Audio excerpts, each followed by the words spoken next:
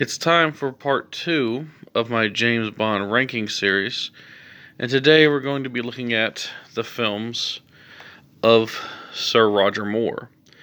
The third actor to play the titular character of James Bond, Roger Moore is considered by many to be the goofiest Bond, and that may be true, but I actually think he's a bit underrated.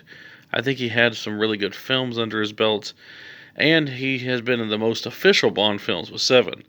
Sean Connery also had 7 films, but one of his films was technically unofficial.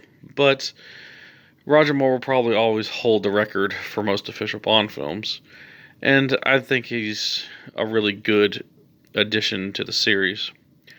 So without further ado, I'll give you my ranking of the Roger Moore Bond films. Coming in at number 7 is 1979's Moonraker. This was essentially MGM's answer to Star Wars. Star Wars was a huge hit 2 years earlier, and they decided to ape off the success of that film and make it into a Bond film. This film has very little to do with the book Moonraker, which I don't think they even go to space in that book. It's just about them stopping a rocket. This film sees a insane megalomaniac who wants to start a perfect race of human beings in outer space. And James Bond must stop him from poisoning the Earth with bioweapons or something like that. It's a really weird film, and one that I don't watch often. It's also my least favorite of, I'd say, the 70s Bond films. Not terrible, but really goofy. A lot of space battles and lasers and stuff.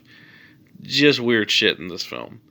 But a fun, if not really cheesy addition to the James Bond franchise. Coming in at number 6 is 1974's The Man with the Golden Gun. This film actually stars Christopher Lee as the villain, the Man with the Golden Gun. And this film is kind of slow. It has some scenes that are interesting. I think it even has a pretty good soundtrack, as well as some good visual stunt work. But the film's kind of goofy at times, kind of slow at times, and it's missing a lot of that charm that we've seen in the first Roger Moore Bond film. This film feels a little bit tired at this point, and it seems like they were just trying to rush this one out into theaters. Not a terrible film, but don't expect much. Coming in at number 5 is 1983's Octopussy. Possibly the weirdest name movie ever. Octopussy sees James Bond teaming up with this female, I guess, action woman. I don't really know how to explain her, nicknamed Octopussy. The film is fun. It's entertaining. It has James Bond trying to stop a nuke from going off while wearing a clown outfit and also wearing an ape outfit at one point. Just a strange film.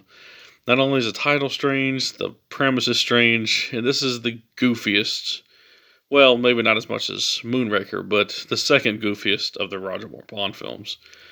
Not terrible, but definitely not a film that I would probably watch again, unless I was binging the whole series.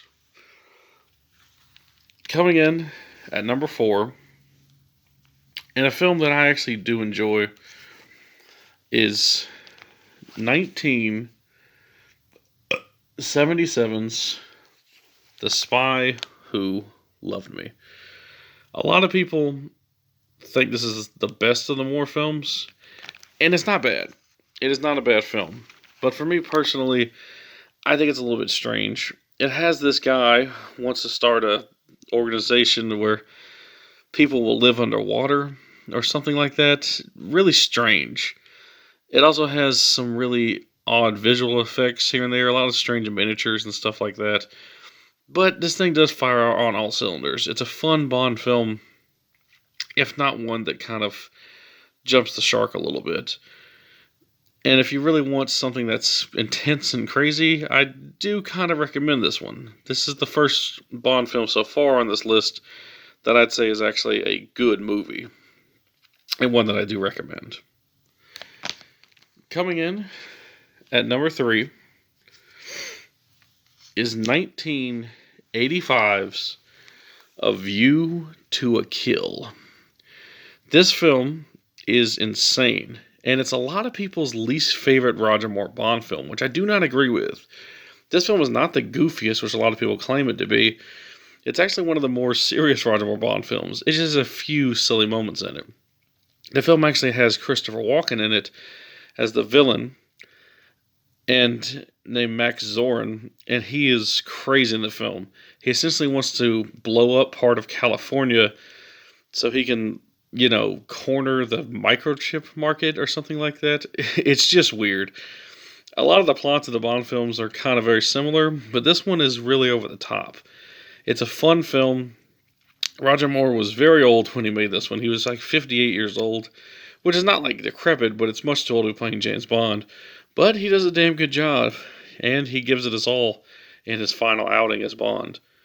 The film is not perfect, but it's very entertaining, and has a very brief cameo, or, small part, played by Dolph Lundgren. He's in the background of one of the shots. It also has Grace Jones as Mayday, who's probably one of the best hench women in this case, in the entire series. A very enjoyable and fun entry that does not get the attention it deserves.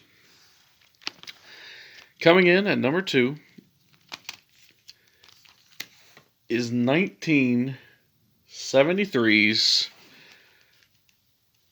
seminal classic, Live and Let Die. This film shows James Bond going up against this voodoo practicing New Orleans henchman, and also an actual voodoo priest kind of guy. This is a weird film, and it mostly takes place in Louisiana, which is kind of interesting because that's where I used to live for many years. And it's a very enjoyable and crazy over-the-top entry into the series. It has a lot of strange visuals, really good action, an amazing theme song, possibly the best of the series, by Paul McCartney and Wings. And has, I think, Yasef Kodo is his name, if I'm not mistaken, from Alien fame as the villain.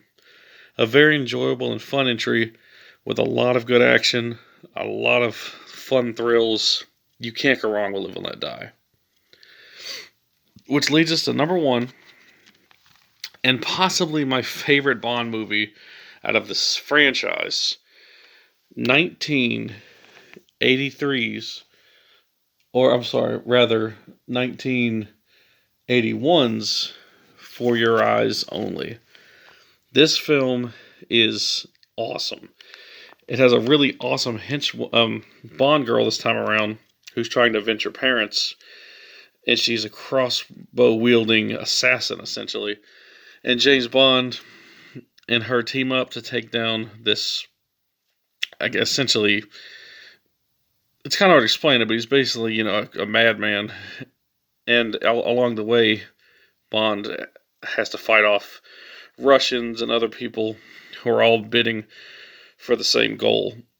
The film has awesome action in it, a great soundtrack, great visuals, beautiful locations.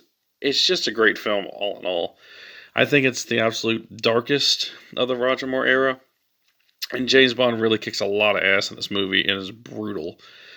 This film is kind of flies in a lot of people's radar, but for me, it's the absolute best of the Roger Moore era, and quite possibly my favorite Bond movie of all time. You cannot go wrong with 1981's For Your Eyes Only. Well, that's my ranking of the Roger Moore era Bond films. They're very enjoyable, and I do think that he gets not enough credit for playing Bond. I think that he is a very good James Bond, and I also think that at the end of the day, he's one of the absolute best that we've seen in the part. That's my video. Thanks for watching, and peace out.